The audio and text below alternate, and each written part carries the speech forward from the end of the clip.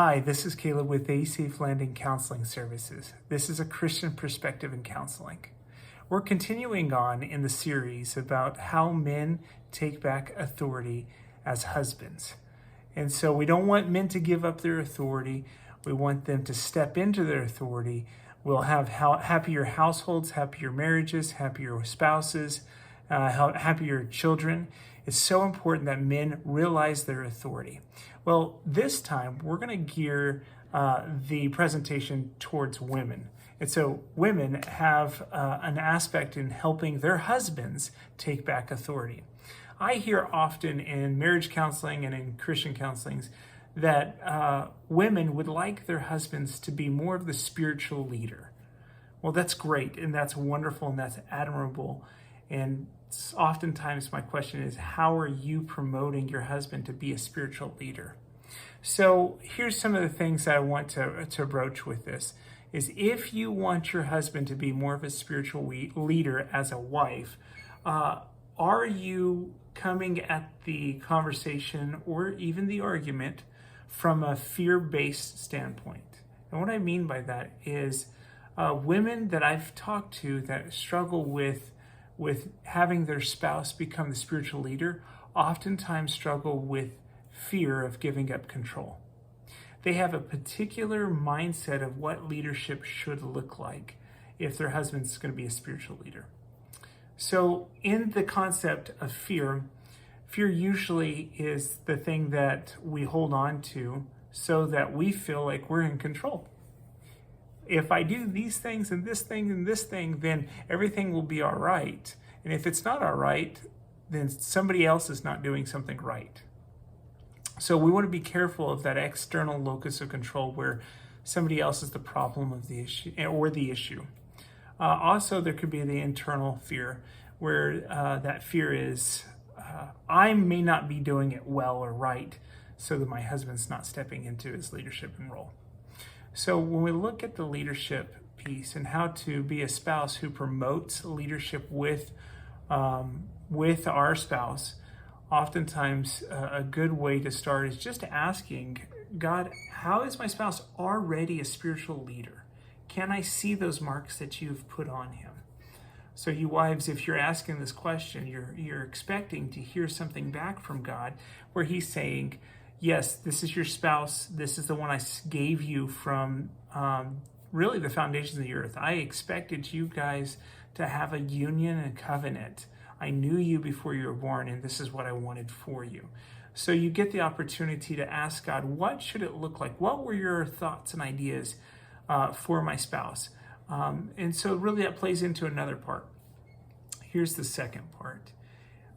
Do I hold a certain perspective that this is what leadership must look like?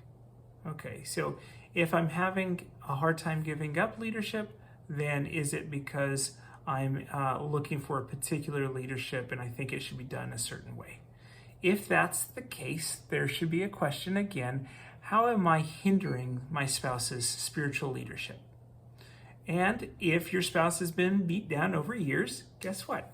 It's going to take some time for them to feel like they can stand up in that leadership role. And so there's going to have to be a promotion of hearing from God.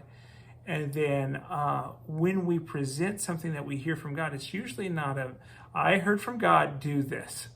If it's that, then most likely you're not going to get your message across well, and it's not going to be received the best from the other side. Rather, there's the opportunities of asking questions.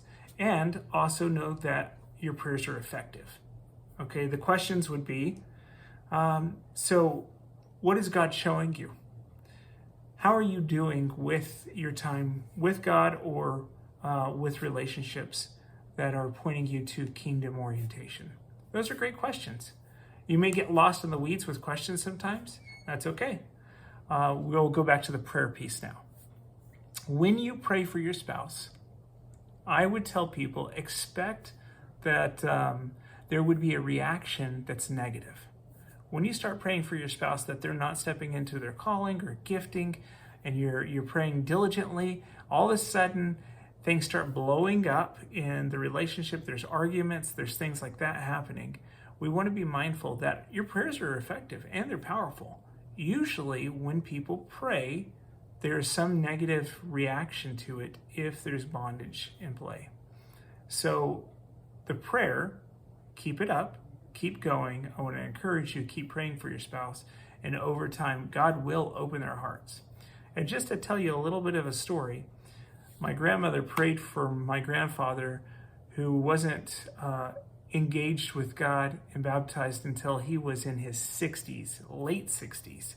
And so he was in his 60s when he came to Christ and devoted his life, but she prayed for all those years, for so many years, to get him to that point. It did happen. And there are many, many other people with stories like that. So I want to encourage you, be diligent with your prayers.